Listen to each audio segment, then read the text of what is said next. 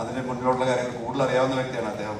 രാജസ്ഥാൻ റോയൽസിൽ പ്ലെയറായിട്ടും ക്യാപ്റ്റനായിട്ടും ഒക്കെ നമുക്ക് അറിയാവുന്നതാണ്. അപ്പോൾ ഈ ലീഗിൻ്റെ ഇമ്പോർട്ടൻസ് അദ്ദേഹം പ്രസംഗത്തിൽ ചെറുതായിട്ട് സംസാരിച്ചു. അതേ രീതിയിൽ തന്നെ അതിൻ്റെ ബാക്കി ഇതുവരെ നടന്ന കാര്യങ്ങൾ പറയാൻ വേണ്ടി ഞാൻ സെക്രട്ടറിക്ക് മൈക്ക് കൈകാറിയാണ്. Thank U.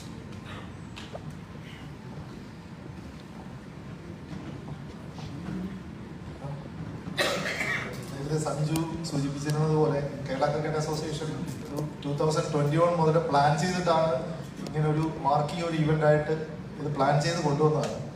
നമ്മൾ ആദ്യം ഒരു 10 ടീമുകളുള്ള കേരളത്തിലെ പ്രമുഖ ക്ലബ്ബുകളെ വെച്ചിട്ട് ഒരു ക്ലബ് ചാമ്പ്യൻഷിപ്പ് നടത്തുന്നുണ്ടായിരുന്നു. അത് 3 വർഷം നടത്തി.